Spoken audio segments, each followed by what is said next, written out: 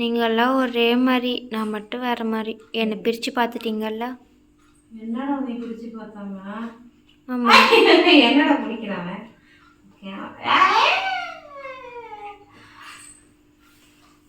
நீங்கள் எல்லாம் நீ என்ன அக்கா அந்த அக்கா எல்லாம் ஒரே மாதிரி. சரி, ஓகே.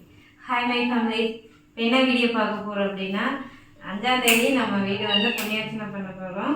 எனக்கு வந்து யாரையும் ஏன் இன்வைட் பண்ணலன்னு சொல்லி கேட்டு அதை நான் வந்து ஷார்ட்ஸ்லேயே சொல்லியிருந்தேன்.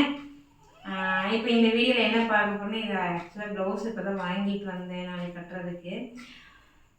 இந்த வீடியோவில் என்ன பார்க்க போறோம்னா, நிறைய கமெண்ட்ஸ் வந்துச்சு. நம்ம தமிழ் ஷோ இப்போ நான் பேசிட்டுமா நல்லா இருக்கணும் கேட்கல. இப்போ நம்ம வந்து தமிழ் 3 பேர் இருப்போம், இப்போ 4 பேர் இருக்கோம், அவ்வளோதான். தமிழ் ஷோக்கு போயிட்டு வந்ததுக்கப்புறம் நிறைய கமெண்ட்ஸ், நிறைய பேர் எனக்காக ஆறுதலா இப்போ ஜீத்தமிழ்ல போட்டிருக்கிறது கூட அத்தனை பேரோட சப்போர்ட் பண்ணி கமெண்ட் பண்ணியிருக்காங்க. நான் போய் கமெண்ட் எல்லாம் பார்த்தேன். ஆமாம், எல்லாருமே எனக்காக அவ்வளோ சப்போர்ட் பண்ணியிருக்கீங்க. நீங்கள் இவ்வளோ தைரியமாக இருக்கீங்க. உங்களை பார்த்து நாங்கள் இன்னும் நல்லா வரணும் என்னமோ சொல்லியிருந்தாங்க நிறைய பேர். நிறைய என்னமோ சொன்னாங்க. எனக்கு அது சரியாக வரலை இங்கிலீஷு. பட் ஆனால் எந்த கமெண்ட்லையுமே நெகட்டிவாக வரலை. எல்லாரும் எனக்காக பேசியிருந்தாங்க. ரெஸ்பெக்ட் அதிகமாகிடுச்சுமா, நீங்கள் இவ்வளோ கஷ்டப்பட்டுருக்கீங்களா, நான் அந்த ஷோ பார்த்ததுக்கு அப்புறம் தான் நான் தெரிஞ்சுக்கிட்டேன்னு சொல்லிட்டு ஃபேஸ்புக்கில் யூடியூப்பில் நான் அதிகமாகிடுச்சு. ஆமாம், நீங்கள் 2 பாப்பா வச்சுட்டு இவ்வளோ தூரம் வந்திருக்கீங்க, அவங்க மேலே இவ்வளோ மரியாதை, முன்னாடி இருந்ததை விட இப்போ அதிகமான மரியாதைகள் வந்துருச்சு அப்படின்னு சொல்லிட்டு நிறையா அந்த கமெண்ட். நானும் ஆக்சுவலாக ஜீ தமிழ் அவன் இந்த பக்கம் திருப்பியாச்சு வைமா, அவன் தெரியல. நானும் வந்து அந்த கமெண்ட்ஸ் எல்லாம் அந்த வீடியோவே நான் பார்க்கல. அதுக்கப்புறம் எனக்கு அனுப்பியிருந்தாங்க. அதாவது எனக்கு சப்போர்ட் பண்ணி ஒரு பொண்ணு எந்திரிச்சு போச்சு பார்த்தீங்களா, அந்த பாப்பா வந்து எனக்கு அனுப்பியிருந்தாங்க. ஆக்சுவலாக அவள் பேர் கோகிலா. அந்த இடத்துல மற்ற லேடிஸ் யாருமே எனக்கு வந்து சப்போர்ட் பண்ணாங்களா அப்படிங்கிறத விட அந்த பொண்ணு நான் சொன்ன கஷ்டத்தை, ஏன்னா அவங்களும் அந்த வழியை அனுபவிச்சிருக்காங்க, அவங்க அம்மா அனுபவிச்சிருக்காங்க பட்சத்தில் அந்த பொண்ணு அடிக்காம விட்டது தப்பு. ஃபஸ்ட்டு அட் சேம் டைம் அடித்தாலும் அவங்களுக்கு என்ன தப்பு யார் மேலே இருக்குன்னு கடைசி வரைக்கும் சுத்தமாக புரியாது. அதனால வந்து எனக்கு என்ன செய்யறதுன்னு தெரியல. பட் அந்த பொண்ணு அவ்வளோ சப்போர்ட் பண்ணியிருந்தா. ரொம்ப நன்றி கோகிலா.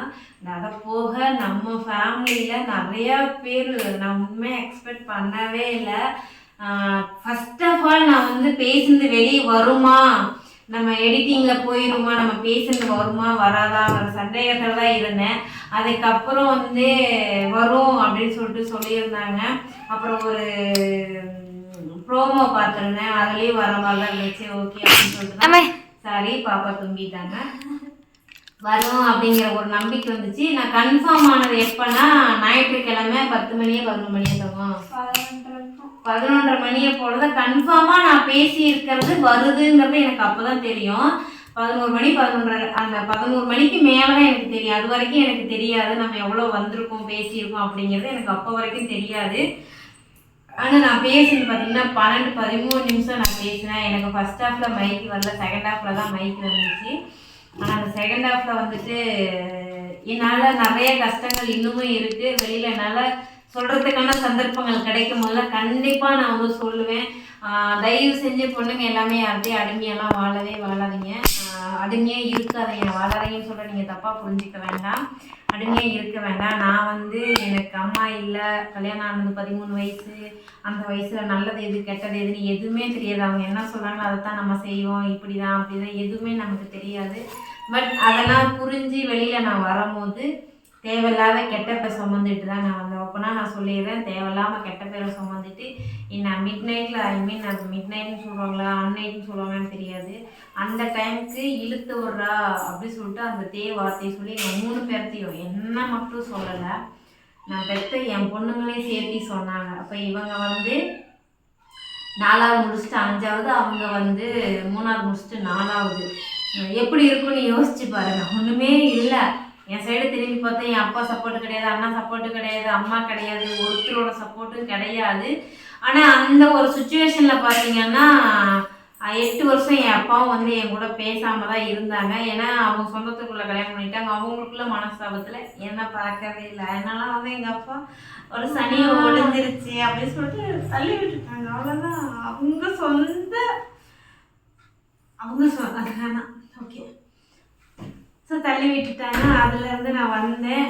25 வயசு தான் கரெக்டாக. எனக்கு 25 முடியுது. ஆக்சுவலாக நான் முடியுது 26, 25 முடிஞ்சு 27 வயசு ஸ்டார்ட் ஆகும்போது 2 பாப்பாவும் கூட்டிகிட்டு நான் யாருக்குமே கால் பண்ணேன். அப்பாவுக்கு மட்டும் கால் பண்ணேன். அப்பா, நீங்கள் தான் வாழ்க்கையை தேடி வச்சிங்க, இந்த மாதிரி நடக்குது, நீ வரையா என் முடிவை நான் தெரியுமா. அதுக்கு முன்னாடி நான் 2 டைம் வந்து சூசைட் அட்டன் பண்ணிட்டேன். பட் ஆனால் என் மாமனார் காலில் விழுந்து அழுதுனால அதுலேருந்து நான் திரும்ப ரிலீவாகி வெளியே வந்தேன். ஆனால் வெளியே வந்து என்னை வாழலாம் விடலை என் மாமியார் சைடில். என் அப்பாட்ட சொன்னோன்னே என் அப்பா வந்தேன். சரிப்பா நான் வந்து கூப்பிட்டோன்னா அடுத்த நாள் காலையில் வந்தாங்கன்னா கூட்டிகிட்டு வந்தாங்க. இன்னை வரைக்கும் இந்த 2 குழந்தைங்களையும் யாரோட சப்போர்ட்டும் இல்லாமல், யாரோட ஆதரவும் இல்லாமல் என் குழந்தைங்கள நான் வளர்த்துக்கிட்டு இருக்கேன். என் கஷ்டத்தை வெளியும் சொல்ல முடியாது, உள்ளுக்குள்ளேயே வச்சுட்டு அழுதுகிட்டு என் பசங்களுக்கு நல்லது கெட்டது சொல்லி கொடுத்துட்டு 2 பேரையும் படிக்க வச்சுட்டு, எனக்கு ஹெல்த் இஷ்யூ இருக்குது, எனக்கு இப்போவுமே ஹீமோக்ளோபின் ப்ராப்ளம் இருக்குது, இப்போவும் என் உடம்பு வந்து ஆரோக்கியமான என் உடம்புலேயும் ப்ராப்ளம்ஸ் நிறைய இருக்குது.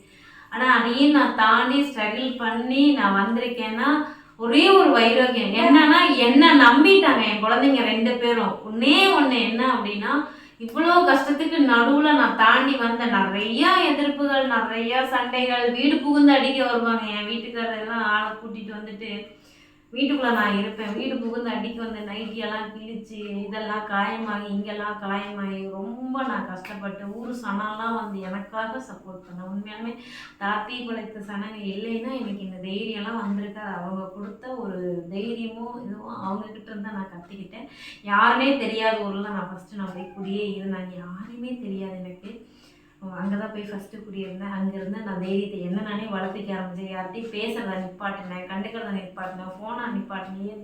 எதுவுமே வேலைக்கு போவேன் வருவேன், பசங்களை பார்ப்பேன், வேலைக்கு போவேன் வருவேன், பசங்களை பார்ப்பேன். வெளியில் உட்காந்து பேச மாட்டேன். எல்லாரும் கேட்பாங்க, ஏன் பாப்பா வெளியிலே வந்து பேச மாட்டேங்கிறேன். நான் அப்படியே சொல்லுவேன், இல்லையா நான் இப்போ வந்து பேசுவேன், என்னோட கஷ்டத்தை சொல்லுவேன், நீங்கள் கஷ்டத்தை கேட்கும் போது நல்லாயிருக்கும். நான் எந்திரிச்சு போகும்போது அவள் எதை செஞ்சுருப்பா அப்படின்னு சொல்லிட்டு அதை அப்படியே ஸ்ப்ரெட்டு வேறு மாதிரி ஆகும். என் முன்னாடி ஒரு மாதிரி பேசுங்க, நான் எந்திரிச்சு போனதுக்கப்புறம் ஒரு மாதிரி பேசுங்க. அதனால தான் ஏன் நான் வெளியில் வந்து உட்காந்து கம்பெனி பஸ் விட்டு இறங்கி நேராக போகணுன்னா போயிட்டு குளிச்சுட்டு வீட்டுக்குள்ளே போகணுன்னா அவ்வளோதான். திரும்ப அடுத்த நாள் கம்பெனி பஸ் ஏறத்தான் வெளியவே வருவேன். வீட்டை விட்டு வெளியவே வரமாட்டேன். புதன்கிழமை வீக் ஆஃபா சிலிண்டர் எடுக்க போகணுமா, மற்ற வேலைகளோ, பேங்க்கு போகணுமா, பசங்களுக்கு ஸ்கூலுக்கு போகணுமா, ஃபீஸ் கட்ட போகணுமா, அந்த புதன்கிழமை வீக் ஆஃப் அன்னைக்கு நான் ஃபிக்ஸ் பண்ணி வச்சுக்கேன். அந்த அன்னைக்கு தான் போகிறேன். இதையெல்லாம் தாண்டி என் பசங்க 2 பேருமே ஏஜ் அட்டன் பண்ணும்போது, பெரிய பொண்ணு ஏஜ் அட்டன் பண்ணும்போது கண்டிப்பாக நான் சொல்லியிருந்தேன். ஏன்னா எங்கள் அத்தை செத்துட்டாங்க இன்னைக்கு. பிரபாக்காவோட அம்மா அவங்க சொன்னாங்க, தங்க என்னதான் இருந்தாலும் சரி உன் சைடு தப்பு வந்திருக்கணும், நீ சொல்கிற கிழமை சொல்லி வந்தாங்க, வராட்டி போகிறாங்க அப்படின்னாங்க. கூப்பிட்டேன். அப்பயும் சண்டை, இங்கே யாரை வச்சிருக்க அப்படி, இங்கே யாரை வச்சிருக்கேன், இந்த ஊரில் குடியிருக்கேன்னு சொல்லிட்டு அப்பயும் கேவலமாக பேசினாங்க. அவங்க கேரக்டர் கேவலமான பேசுகிற கேரக்டர் தான் தெரிஞ்சுட்டு நான் விட்டுட்டேன். அதே போல் சின்ன பாப்பா வயசுக்கு வந்துட்டு எங்கள் அப்பாவையும் கூப்பிடல, அவங்க அப்பாவையும் கூப்பிடல, யாரையும் கூப்பிடல. என் அண்ணன்ட்ட ஃபோன் பண்ணி கேட்டேன், அண்ணா பிள்ளை அந்த மாதிரி ஏஜ் அட்டன் பண்ணிட்டா, நீ வந்து குடிசை கட்டி இல்லை நானே கட்டிக்குவேன்னு. நான் வந்து கட்டிக்கிறேன். அவன் குடிசை கட்டினா நான் எல்லா சிலையும் பார்த்து 2 பாப்பாவுக்கும் மனை வச்சு நல்ல முறையை எடுத்துட்டேன். அதை ஒரு டிவி ஷோவில் வந்து பேசும்போது அதெல்லாம் பேசணும்னு ஆசைப்பட்டு தான் போனேன். பட் அதுக்கான சந்தர்ப்பங்களை நான் அந்த இடத்துல நிப்பாட்டிட்டு எனக்கு வாடகை வீட்டில் நடந்த கொடுமைகளை சொன்னேன். ஆனால் நிறைய எடிட்டிங்கில் போயிடுச்சு, பரவாயில்ல. ஆனால் எந்த விஷயத்தை வெளியே கொண்டுட்டு வரணும்னு நினச்சேனோ அந்த விஷயம் வெளியே வந்துச்சு. ஸோ மெயினாக ஜீ தமிழுக்கு தான் நான் வந்து ரொம்ப நன்றி சொல்லிக்கணும். இன்றைக்கி எல்லோரும் வந்து என்கிட்ட பேசாதவங்கலாம் வந்துட்டு என்னை யாரெல்லாம் தப்பாக பேசுனாங்களோ அவங்களாம் இன்றைக்கி என்கிட்ட கால் பண்ணி, நீ பரவாயில்லம்மா, நீ இந்த அளவுக்கு கஷ்டப்பட்டுருக்க, இந்த அளவுக்கு இருந்திருக்க, உன்னை நான் தெரியாமல் நான் வந்து பேசிட்டேன், தெரியாமல் பண்ணிட்டேன் அப்படின்னு சொல்லிட்டு இன்றைக்கி என்கிட்ட வந்து சாரியோ மன்னிப்போ எல்லாரும் கேட்குறாங்க. நீ இன்னும் மேலும் மேலும் வளரணும், இவ்வளோ சீக்கிரமாக உன்னை வந்து உன்னோட வளர்ச்சி அறந்து தடுக்க முடியும், நீ இன்னும் மேலும் மேலும் வளரணும்னு சொல்லிட்டு நிறைய நண்பர்கள், நிறையா உறவினர்கள், தெரிஞ்சவங்க தெரியாதவங்க நம்ம ஃபேமிலியில் மெயினாக இன்ஸ்டாகிராம்லேயும் சரி, யூடியூப்லேயும் சரி, இன்ஸ்டாகிராம், ஃபேஸ்புக்கில் ஃபுல் அண்ட் ஃபுல் அவ்வளோ சப்போர்ட்டு. யூடியூப்பில் நம்ம எந்த வீடியோஸும் நம்ம போஸ்ட் பண்ணலை. தமிழா ஷோக்கு போனதை வந்து நம்ம போடக்கூடாது. ஸோ அதனால் வந்துட்டு அந்த இதில் போனால், ஆனால் பார்த்தவங்க எல்லாருமே வந்து கமெண்ட் பண்ணாங்க, அம்மா உங்கள் மேலே இருக்கிற மரியாதை இன்னும் அதிகமாகிடுச்சு, நிறைய ரெஸ்பெக்ட் வந்துடுச்சு, உங்களை பார்த்து நான் நிறைய கற்றுக்கிறேன், எனக்கும் என் அப்பா வந்து 12 வயசுல தான் கல்யாணம் பண்ணி வச்சாங்க அப்படின்னு சொல்லிட்டு எனக்கு ஒரு கமெண்ட் பார்த்தேன். எனக்கு அதை பார்த்தோன்னே உருக்கமாக அழுகையாக வந்துடுச்சு. பர்சனலாக என்னோடய பிஸ்னஸ் நம்பருக்கு வந்து மெசேஜ் பண்ணுறாங்க, நான் அவசரப்பட்ட லவ் மேரேஜ் பண்ணிட்டேன், இன்றைக்கி எனக்கு 7 மந்த்தில் ஒரு பேபி இருக்கு, ஆனால் என்ன செய்யறதுன்னு தெரியல, ஒரு சிங்கிள் பேரண்டாக நீங்கள் பாப்பா வளர்த்துறீங்க, அது எப்படிங்கிறத எனக்கு சொல்லுங்கன்னு சொல்லிட்டு நிறையா பொண்ணுங்க வந்து எனக்கு பர்சனலாக மெசேஜ் பண்ணுறாங்க. நான் அதெல்லாம் வந்து எனக்கு என்ன சொல்கிறது, இன்னைக்கு இந்த அளவுக்கு என்னை பார்த்து நிறைய பேர் என்னட்ட வந்து பேசுகிறாங்க, என்னட்ட கேட்குறாங்கங்கும் போது ஆக்சுவலாக அவ்வளோ ஒரு மன நிறைவாக இருக்குது. என்னோட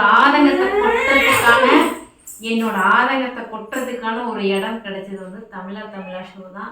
ஜீ தமிழுக்கு தான் நான் மிகப்பெரிய நன்றி சொல்லணும். அதை விட பாலானாவுக்கு தான் நன்றி சொல்லணும். அவர் தான் எனக்கு இந்த ஆப்பர்ச்சுனிட்டியை கொடுத்தாரு. அதுக்கு முன்னாடி கொடுத்த போது என்னால் சரியாக வந்து இதில் ஃபோக்கஸ் பண்ண முடியல, ஏன்னா அப்போ வீட்டு பிரச்சனை இருந்துச்சு, பாப்பா ஃபோக்கஸ் பண்ண முடியல. மட்டும் போட்டா போதும் பாப்பா. அதே போல் நீங்கள் வந்து அதில் நீங்கள் வந்து வீடு தானே கட்டிகிட்டு இருக்கீங்கம்மா, அப்புறம் ஏமா வாடகை வீட்டில் இருக்கீங்கன்னு சொல்லி கேட்டீங்க. தம்மா நம்ம வீடு கட்டிகிட்டு இருக்கோம், 5ஆம் தேதி வந்து புண்ணியார்ச்சனை பண்ணுறோம், 25ஆம் தேதிக்கு மேலே நம்ம திறப்பு விழா வச்சுட்டு நம்ம வீடு சொந்த வீட்டுக்கு மாறிடும், அது வரைக்கும் நம்ம வாடகை வீட்டில் தான் இருக்கணும். எனக்காண்டி நல்ல விதமாக கமெண்ட் பண்ண அத்தனை நல்ல உள்ளங்களுக்கு மிகப்பெரிய நன்றி தங்கங்களே, ரொம்ப ரொம்ப நன்றி. பேச வார்த்தைகளே இல்லை, அப்போனா சொல்கிறேன், இன்னும் பேசினா நிறைய பேசிகிட்டே போகணும். மிகப்பெரிய நன்றி உண்மையாக. இன்னும் எனக்கு வாய்ப்பு கிடைக்கும் போதில் கண்டிப்பாக எத்தனையோ பொண்ணுங்க வந்துட்டு இன்னமும் பேரண்ட்ஸால் தண்டிக்கப்படுறாங்க. 13 வயசில், 14 வயசில், 15 வயசுலலாம் மேரேஜ் நடக்குது. ஏன் இவங்க ஏஜில் இருக்க ஒரு பொண்ணுக்கு 12th ஸ்டார்ட் பண்ணும் போதே மேரேஜ் பண்ணி வச்சாங்க, 11th பண்ணி வச்சாங்க. ஸோ அந்த அப்பா அம்மாங்கெல்லாம் தயவு செஞ்சு திருந்தணுங்கிறதுக்காண்டியே தான் நான் அந்த ஷோவுக்கு போனேன். நம்ம மறுபடியும் அந்த மாதிரி ஒரு ஆப்பர்ச்சுனிட்டி கிடச்சிச்சுன்னா கண்டிப்பாக நான் மீண்டுமே பெண்களுக்காக மட்டும் பேசுகிறேன். ரொம்ப நன்றி ரத்தமும். ஸோ எனக்காண்டி மெசேஜ் பண்ண எல்லா நல்லவங்களுக்கும் நன்றி. அப்படி நீங்கள் பார்க்கணுன்னா நம்ம இன்ஸ்டாகிராமில் போட்டிருக்கேன், ஃபுல் வீடியோவுமே போட்டிருக்கேன், மிஸ் பண்ணுவீங்க, அதில் போய் பாருங்கள். ஸோ வேறு ஒரு வீடியோவை சந்திக்கும். Tata bye, thank you, love you Thangam.